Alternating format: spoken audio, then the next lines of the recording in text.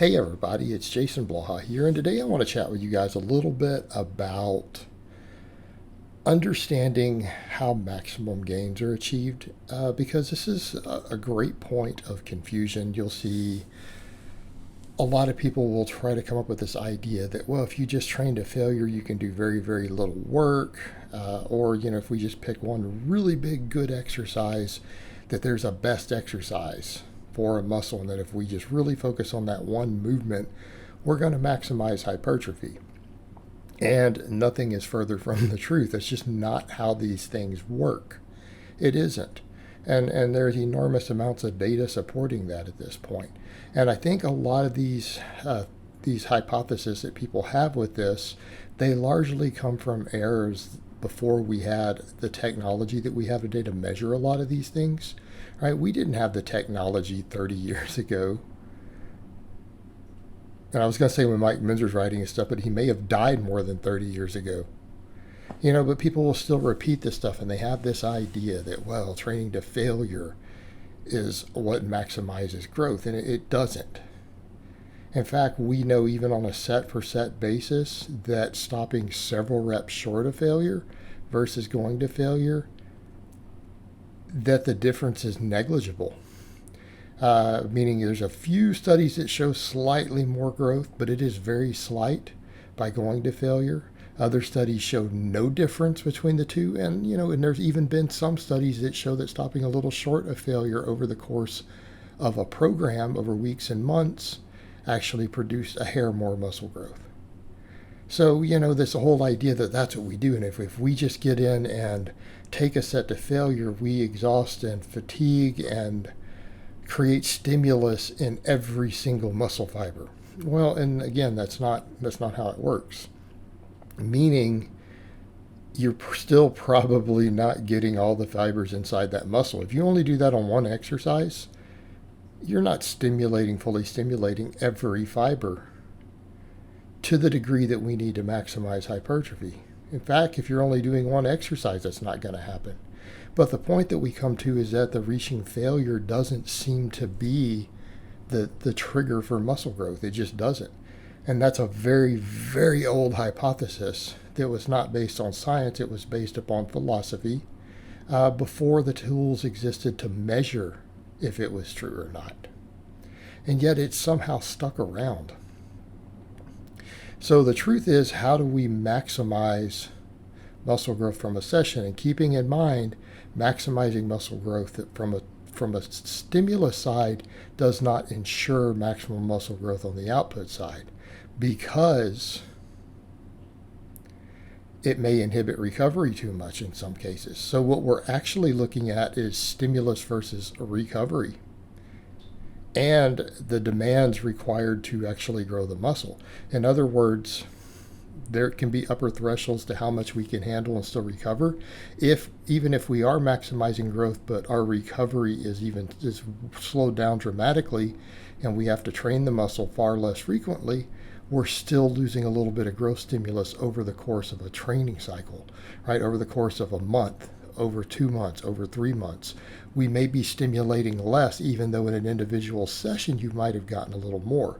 So we have to be intelligent in our approach to this.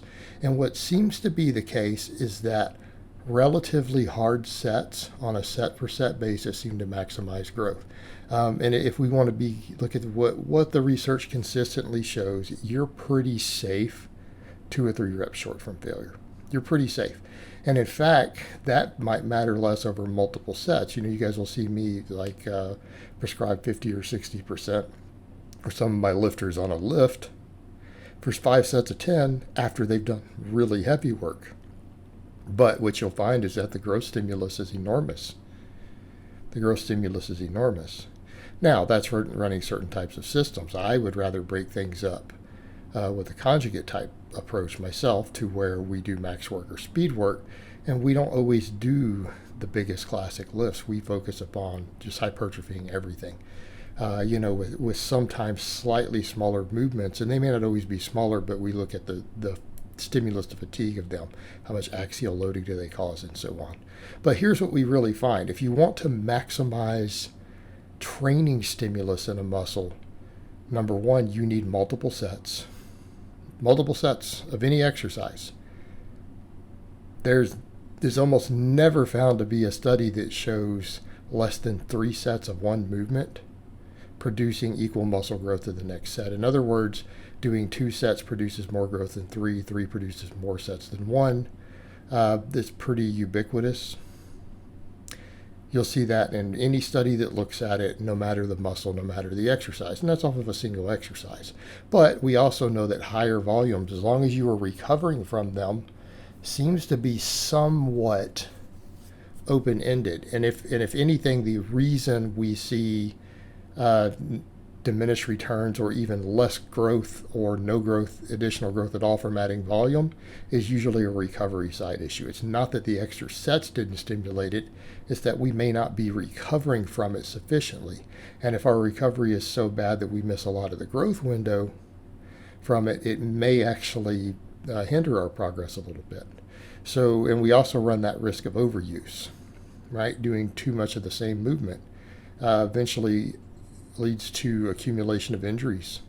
So, but multiple sets. What we also know is that when it's been studied, doing 2 exercises or 3 exercises for any given muscle generally produces a little more hypertrophy than doing the exact same amount of volume on one movement. Okay, let that one sink in for a moment. And it makes sense. It makes a lot of sense. Why? Because not every exercise is going to hit all the muscle fibers equally within a given movement. There's a lot of them that work the whole muscle, like people argue about bench press. No, the bench press works the entire pec. Upper, middle, lower. They all grow. They're all stimulated. Both EMG and hypertrophy studies have confirmed this over and over and over. Like that's not even a point of debate. People say, well, it doesn't work the upper chest. Yes, it does. Works it just fine. But we're talking not just individual heads of something like that with the same origin or insertion. We can be talking about certain functions. That matters. Right? If a muscle has multiple functions because it's, again, biarticulated, it's multiple functions, we may want to train those multiple functions if they have a growth stimulus, such as supinating and pronating the wrist on a bicep is not a growth stimulus function. All right? But we may want to stimulate those things. This is one reason multi-joint exercises do tend to do a lot. But we can always combine them with a single joint. But the thing is, we need to train those different functions, and we need to make sure the muscles are being worked. So we generally want at least 2 exercises for a muscle.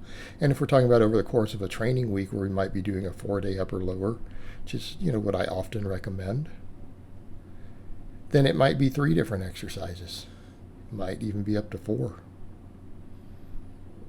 Again, especially we start getting into overlap of stimulus from different movements, right? We could argue about a good morning or glute ham raise or a reverse hyper of all working the same muscles, but there's a much larger bias in some muscles than in others.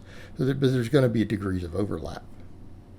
So if you really and truly want to stimulate maximum muscle growth, the individual sets aren't as important. It's how many challenging sets you do. You have to be to failure. Challenging sets, doing enough volume with them with enough exercise variation. All right, that's your key. And then you need to be able to recover from all of it. All right, guys, but that's really all I have to say on that today. I hope it's been informative, and I'll talk to you guys next time.